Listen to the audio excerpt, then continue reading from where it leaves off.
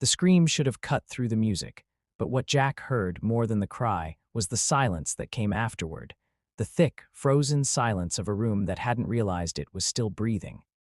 A man's hands went to his throat, eyes bulging, face flushing from red to purple in a blink.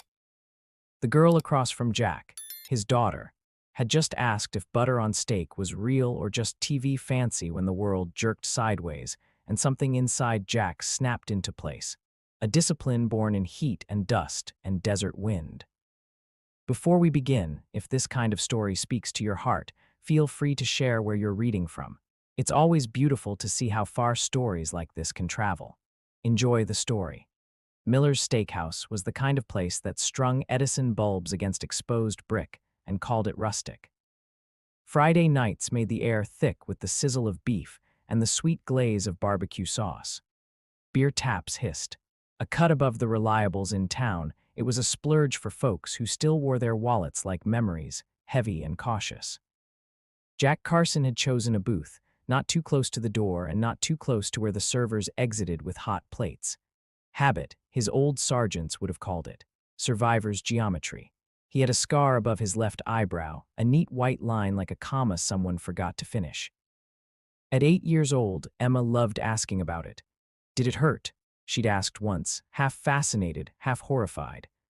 Not as much as the bill for stitches, he'd said, and she'd rolled her eyes in that helpless way kids had when adults were unhelpful and funny at the same time. Tonight, she'd asked for steak the way she'd asked for a golden retriever at Christmas. Big eyes, folded hands, a plea that could only be answered with a yes if Jack was still breathing. He'd been doing math in his head for 2 days, trying to budget the cost. Sides added up. Desserts whispered their numbers like rude little ghosts. He'd marked a small note in his head, overtime next week, double shift, make it work. Emma swung her legs beneath the table, heels thumping a rhythm on the upholstered seat. She was chewing a crayon while deciding whether her cow on the kids' menu needed a hat when the laughter at the corner table tilted too hard into wheeze.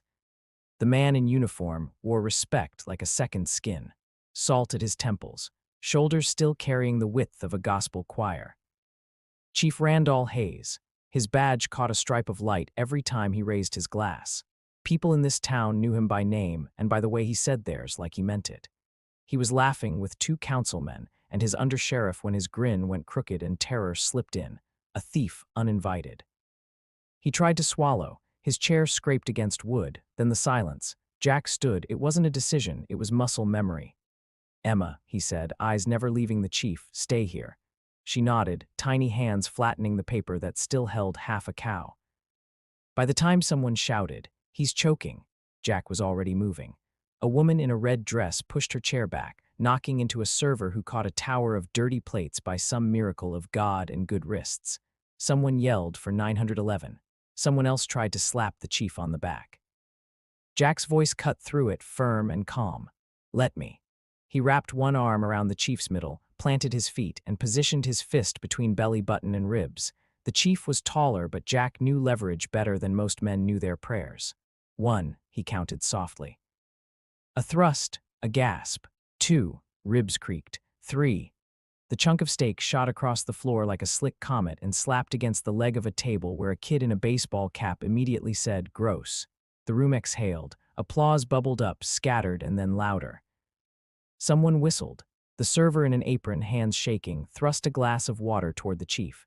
The chief's color flowed back like sunrise. His eyes found Jack's.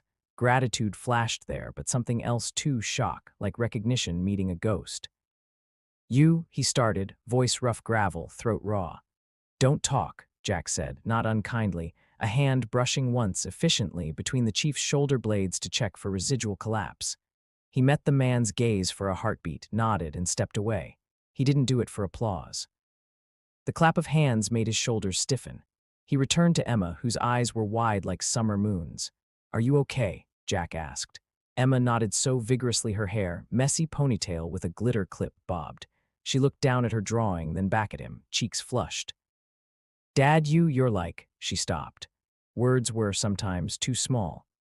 Eat while it's hot, he said, because that's what dads said to stop their own hearts from feeling too much.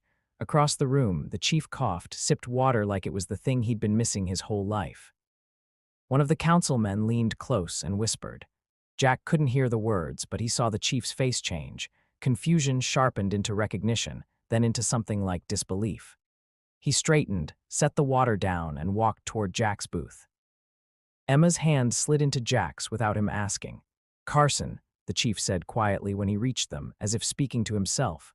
Jack hadn't heard his name like that in years, soft, careful, like a weight being lifted. He looked up and nodded once. "Chief." "You served in Fallujah," the chief said, voice regaining strength. "You're the—" "It doesn't matter," Jack said. "It does." The chief swallowed again, winced. "It does because Jack's gaze flicked to Emma. His voice dropped softer. "Don't talk."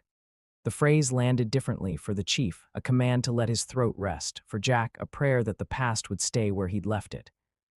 The chief nodded as if he understood. Maybe he did.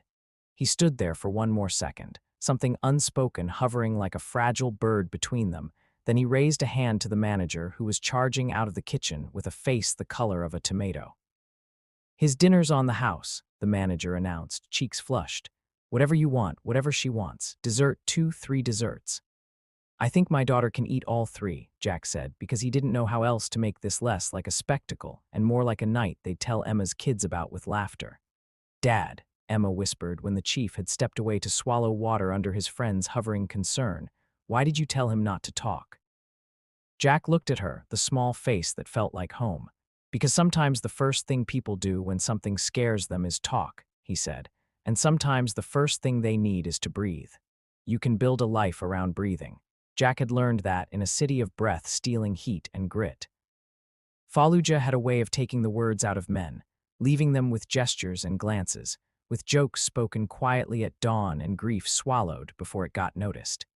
He'd come home with medals he kept in a sock drawer and a gait that shifted when thunder rolled in. He had come home to Lily.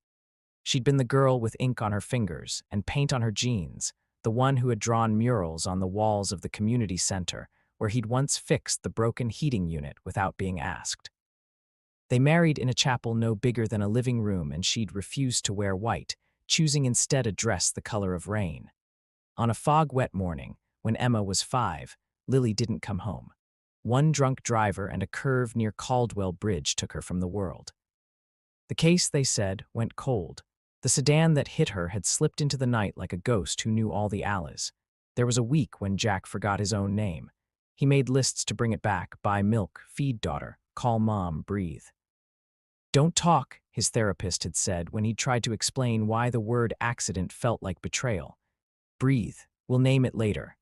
Silence became a room he learned to live in. It had windows and sometimes, when Emma laughed, doors. Word traveled.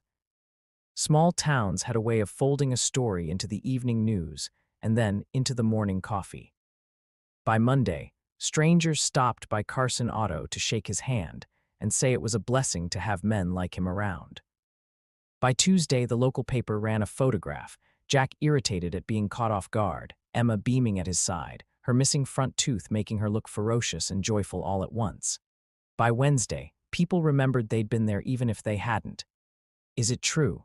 Mrs. Vickery asked, leaning on the counter while Jack filled out an invoice. She was the widow who wore perfume like a memory and carried cookies in a tin that never seemed to empty. "You told the chief not to talk. Men could learn a thing or two from that." "Men could, Mrs. V," Jack said. He passed her the invoice. "Break's done. Try not to run anyone over." She swatted the air. "If I do, they deserve it." Emma loved the attention. She told her class that her dad had saved the chief, then had to demonstrate the Heimlich on a stuffed bear, which she did with a seriousness that made Jack both proud and terrified. She drew her cow with a cape and wrote DAD on it. By Thursday, when Chief Randall Hayes walked into Carson Auto, the bell above the door announced him like a brass decision. He looked different in plain clothes, somehow taller. But his eyes carried the same weight as in the uniform, a gaze that had seen too much and still chose to keep looking. "Carson," he said, extending a hand. Jack wiped grease on a rag, took the hand. The grip was firm. The pause afterward was long enough to feel intentional. "Chief," Jack said, "how's the throat?" Less insulted. Jack cracked the ghost of a smile. He had a way of doing that, offering a thin ribbon of humor when the air got too close to something raw. "I've been thinking about that night," the chief said, and he didn't look away. "Thinking about a lot of things. I wanted to thank you, better than a comp dessert." "You don't have to." "No," Hayes said, a quiet interruption. "It's what I have to do that brings me here." Jack felt something in the sturdiness of his morning shift give. He motioned to the folding chairs near the back. They sat. The shop smelled like coffee and burnt oil and the lemon of the cleaner Maria used when she could talk him into letting her help. Sunlight slanted through the high windows. In a corner, an engine block sat patient as a dog waiting on a command. "I'd like you to come to the town hall next week," the chief said. "There's a council meeting and we're going to honor you properly. It's not for the cameras, it's for the town, people should know." "I'm no hero," Jack said. Hayes nodded. "Funny thing about heroes, they never think they are." Behind the ease of the line, there was something else, a tremor in the voice that might have been gratitude or might have been fear. "Sure," Jack said, because saying no felt like refusing his daughter the right to be proud. "If Emma can come. I wouldn't have it any other way." The chief stood. "And Jack," he said, a beat passing before he added the second sentence like it weighed more than it looked. "There's something else, something I need to tell you, but not here, not while you're on the clock." Jack's jaw tightened. The world, which had been a manageable shape as long as he kept it that way, shifted mercilessly. "Is this about Fallujah?" he asked, voice low. "No." Hayes looked at the floor for a second, then back up. "It's about Lily." The sound of her name was a flare in a dark field. Jack felt his fingers curl into the rag until it wrung itself into a knot. "Tonight," the chief said, "after I'm off duty, 8 o'clock, Caldwell Bridge, the place that had swallowed his wife's last breath." "Don't," Jack started, because the word had become more than a word to him. It was a shield, it was a rule. "Talk," Hayes finished and managed a sad smile. "I know, but we have to. Breathing is good. Talking, sometimes it's the thing that saves you." He walked away without waiting for an answer. The bell chimed again, a silver laugh at the wrong time. It rained that evening like the sky was trying not to. The drizzle slicked the road and made headlights look like spinning coins. Caldwell Bridge was a 2-lane affair with rust on its rails and weeds pressing up from the riverbanks like ambition. The river itself was slow, more silt than song. Jack parked on the shoulder. He sat for a minute, fingers on the wheel, and watched the wipers swipe their tired little arcs. Emma had stayed with Mrs. Vickery, who promised movies and cocoa and the strict enforcement of bedtime unless it got in the way of the good part. The chief's cruiser pulled up beside him, lights off. They didn't say anything for the first stretch, just stood shoulder to shoulder under an umbrella the chief produced from nowhere, like police chiefs were issued umbrellas at birth. "Lily died here," the chief said finally. "I know you know that, but it matters that I say it out loud, doesn't it?"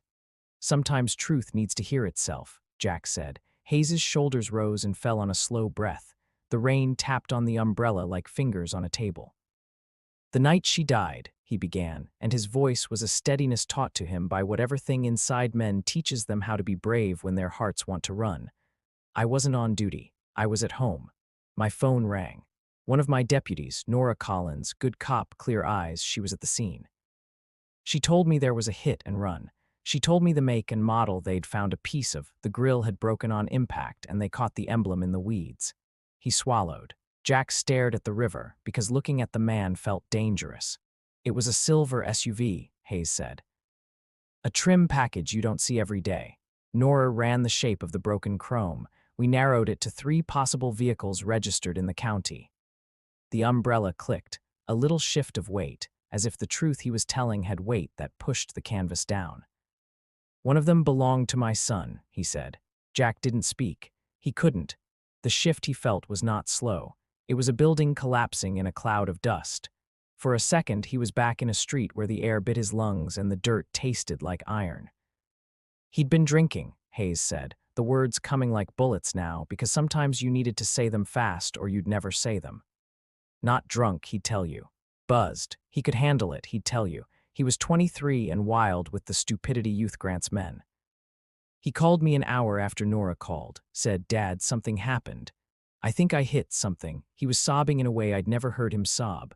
Nora had already dispatched a cruiser to his apartment. He stopped. It wasn't that the words weren't there. It was that they hurt too much to come loose. "What did you do?" Jack asked, a whisper that came from someplace below his ribs. "I told Nora to come to me before she put it in the system," Hayes said. "I told her don't talk." The words tasted like rust.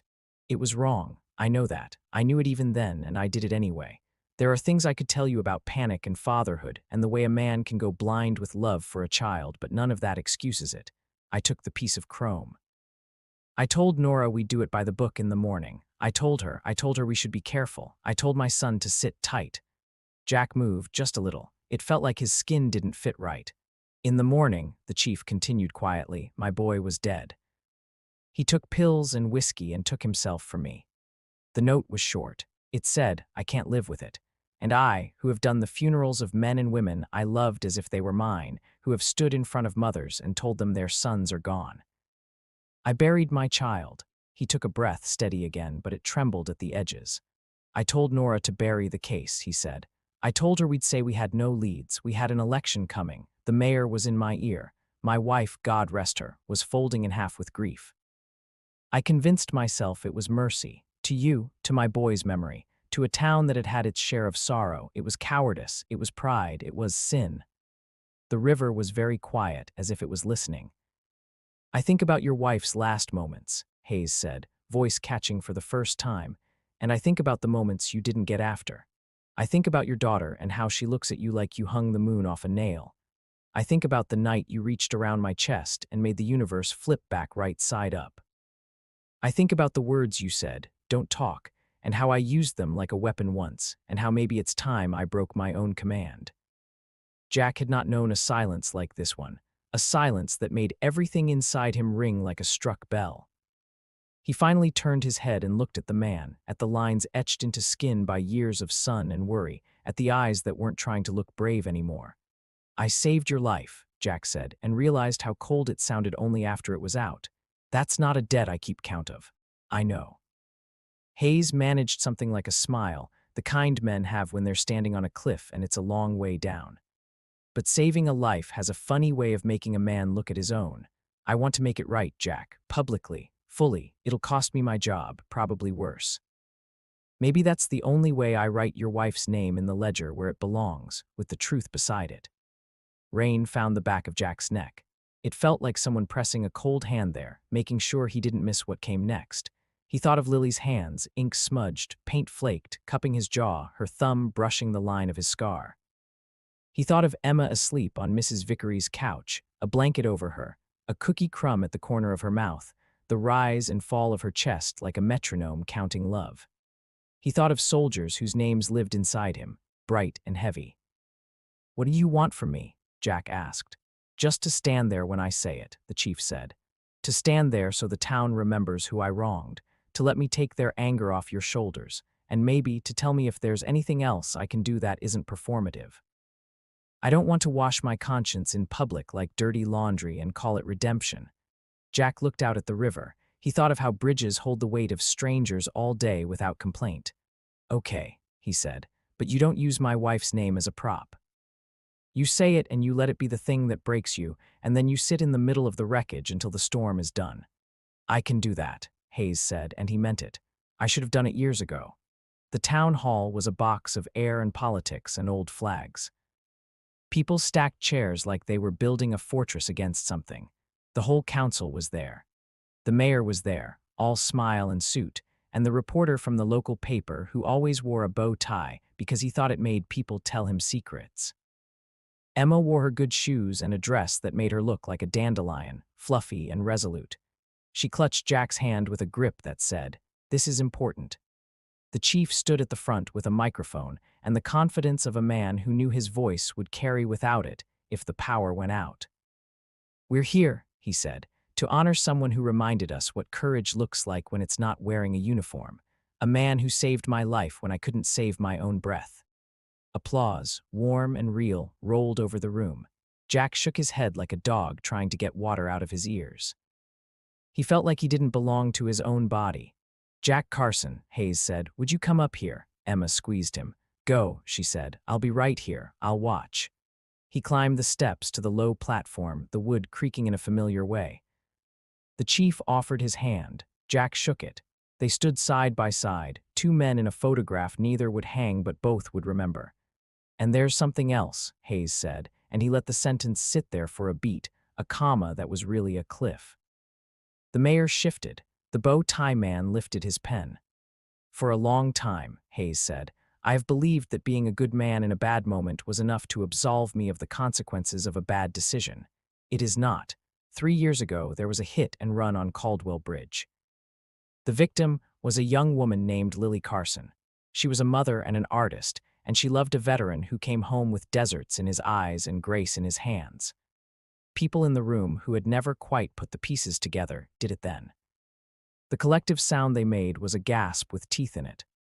My son, Eric Hayes, was in an accident that night," the chief said. "The evidence pointed toward his vehicle. He called me. He told me he hit something. He was afraid. He died by his own hand hours later. In the shock of losing my son, I made another terrible decision. I told a good deputy to hold the report. I told her don't talk. I told the truth to sit down. I buried a case that should have been brought into the light. I told myself I was protecting my community from more grief. I was protecting myself. Silence isn't the absence of sound, it's the accumulation of it, the hum of the fluorescent lights, the quick breaths of 100 people, the way a chair creaks when a man's whole body tenses. I am here to say Lily's name," Hayes said. "To say Jack's name, to say Emma's, to say I'm sorry, not in a way that expects forgiveness, but in a way that admits the debt. I am resigning my position as chief effective immediately. I'm handing all records, notes, unseen evidence to the state investigator, who is here tonight. Deputy Nora Collins is, I hope, willing to serve as acting chief until a replacement is chosen. I will not stand in the way of legal action. If I go to prison, I will go knowing that I finally did what I should have done. What is this circus?" The mayor erupted, rising, face purple. "Randall, we discussed my silence," Hayes said, turning toward him, not angry, just done. "I'm done discussing her death like it's a campaign strategy. Chaos is messy. People stood, murmuring, shouting. The bow tie scribbled like his pen was on fire. Someone yelled for order. Someone else yelled that they'd always known something was off. The noise swelled like a sudden storm. Jack looked at Hayes, whose jaw had set into a shape Jack recognized from mirrors, the shape of a man waiting for a punch. Something hard inside him softened. He stepped forward, put a hand near the microphone, and said, not loudly but with the tone of authority learned somewhere far away, "Don't talk." The strangest thing happened. People stopped. The room came back to its breaths. "His confession," Jack said, "is a beginning, not a performance. I don't need your anger on my behalf right now. I need your patience, for my daughter's sake. For Lily, who is not a news story, and for sheer practicality, so the people who need to do their jobs can hear themselves think." He stepped back. He hadn't planned to speak, but the words had found him like friends at the right time. Nora Collins, small, fierce, hair in a no-nonsense bun, stood. She walked to the front like she'd been holding her breath for 3 years and had just remembered how to inhale. "I confirm the facts the former chief has stated," she said. "I also confirm that he told me to hold the report. I should have refused. That's on me. I'm ready to cooperate. I'm ready to accept the job if the council appoints me until an election." "We'll call a vote," the mayor started, scrambling for process. "No," someone else said. "We vote now." It became a chorus, and before the end of the hour, Nora had been appointed. She looked more terrified than triumphant. Jack found that reassuring. Hayes took off his badge. The room watched a man remove a small metal object and felt like he was taking off a weight they hadn't understood until it was gone. When it ended, it didn't really. Papers would be filed. Arguments would spill into diners and onto front porches. People would fight in grocery store aisles about whether the chief was brave or cowardly, whether a father's love excused or explained, whether Jack should sue, whether Lily was best honored with a plaque near the bridge or a scholarship or quiet. Outside, the evening had decided to be kind. The sky was the color of dishes left in the sink and then washed clean. Emma ran up the steps and threw her arms around Jack's waist. He picked her up without thinking. "You okay?" he asked. Her face tilted up, eyes serious in a way that made him want to wrap the world in bubble wrap. "I'm okay. Mom was real. Everybody heard it. They'll say her name now." He kissed her forehead. Hayes stood a few feet away, not wanting to intrude but not wanting to leave. Jack met his gaze. Thank you, Hayes said, because there were only so many words. Don't talk, Jack said gently, and then, eyeing him, added, do. Hayes nodded. I will. The days that followed were unkind and necessary. Hayes resigned, turned in his equipment, packed his office in a dozen cardboard boxes that contained decades of unsent thank you notes, photographs, and the detritus of a life lived on call. He sat on the stoop of the house he'd shared with a son who'd been all angles and laughter and terrible music, and thought about every moment he'd chosen silence over confession. He went to the district attorney and made a statement. He went to the Carsons' house with a small bouquet of lilies and a cup of coffee, like the latter could make the former less theatrical. He found Jack out back, sanding a bench Lily had painted once. The flowers were ridiculous. Lily had always dismissed lilies with a fond groan, said they made her feel like a funeral home. You really going to bring me the cliché? Jack asked, smiling in spite of himself. He took the coffee. They were on sale, Hayes said. I panicked. Put them down, Jack said, pointing to a table. We'll put them on the bridge later. Deal. Hayes watched the man's hands move, steady and sure. I've been thinking, he said. I'm surprised you have time, Jack said. Media's probably on your lawn. They were. I climbed out the back like a teenager. Didn't think retirement would look like trespassing on my own fence. Jack huffed a laugh. Welcome to being nobody. I don't know who I am without the badge, Hayes admitted. I'd like to find out. Jack glanced at him. He'd known men who'd lost their uniforms and never found their skin again. He'd also known men who'd learned how to be fathers and sons and neighbors with a ferocity they'd never managed before, as if the absence of roles made space for relationships. I heard about something, Hayes said, stepping around to the other side of the bench and picking up a piece of sandpaper like he planned to earn his way. A grant from the state for a program that helps veterans transition into first responder jobs. It needs someone steady to run it, someone who can say don't talk and make men believe it, someone who can say do and make them understand how. Jack paused, met the man's eyes. You trying to hire me? Trying to save myself by saving other people, Hayes said. Old habits. Emma burst through the back door then, hair in a lopsided braid that she had done herself with the stubborn pride of a kid learning difficult things. Dad, Miss Nora was on TV and she said. She stopped when she saw Hayes. Hi, Chief. Wait, not Chief, Mr. Hayes. He smiled. It looked easier on him already. Mr. Hayes works, he said. She came forward with the confident curiosity all children should be allowed to keep as long as possible. Can I ask you something? He glanced at Jack, who nodded. Sure, he said. What was your son like? She asked. It was not the question he expected. It broke him clean in a way grief hadn't managed to. He closed his eyes. When he opened them, he told her about a boy who loved stupid jokes and football and drove too fast and cried at dog movies and had a laugh like the first day of summer. He told her about the last time he'd hugged him, how he'd thought, as a father, there would be more. I miss my mom, she said, so matter-of-factly it put a crack in the sky. Dad misses her too. He doesn't talk about it much, but he does. We should talk about them, Hayes said, and didn't realize until the words were out that he was answering a prayer he'd never said. We should say their names so they don't get lonely.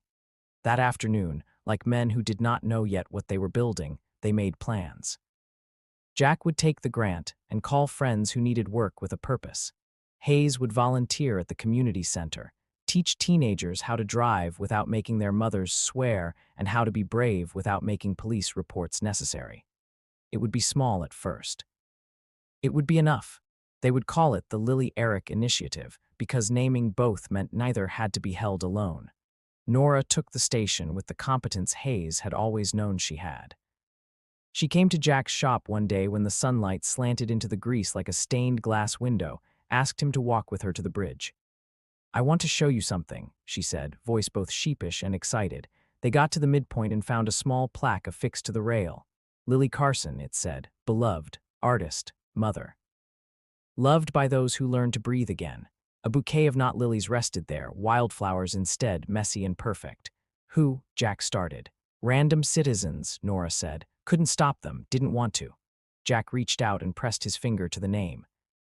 The metal was warm. He didn't cry, not yet, but something inside him loosened in a way that made room.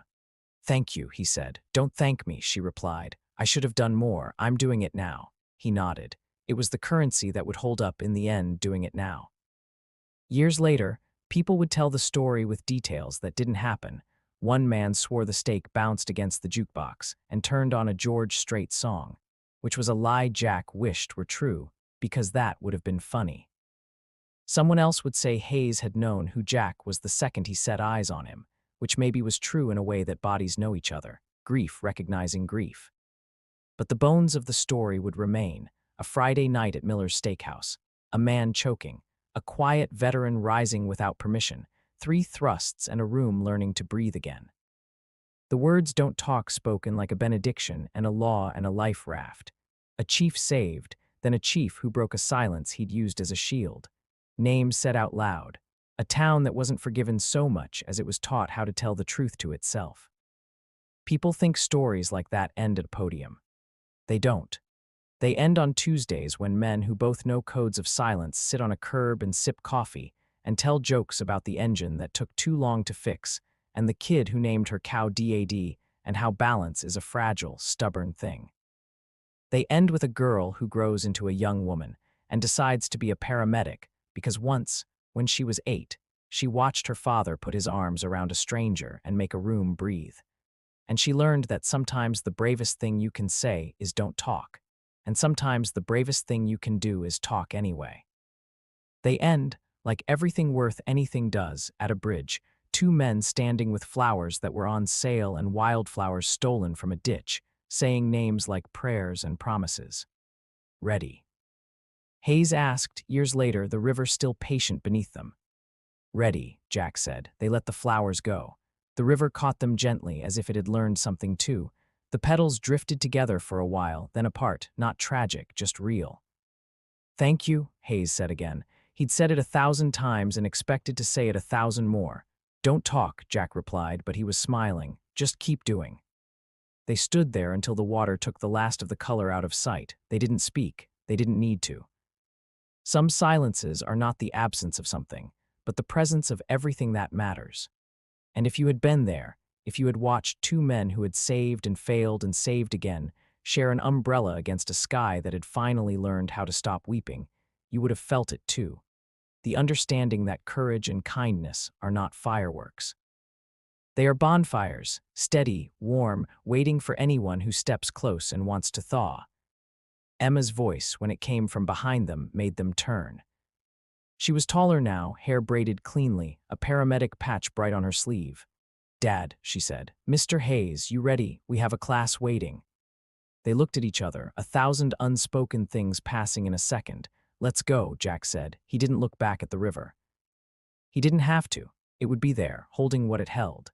He tucked his hands into his jacket pockets, felt the smooth, worry stone of his daughter's first drawing laminated and carried always. He had kept it all this time, a cow with a cape, the letters DAD written fierce and lopsided. He smiled. Once, a long time ago, he had told a man not to talk. It had saved a life. Later, he told himself it was time to speak. It had saved his own.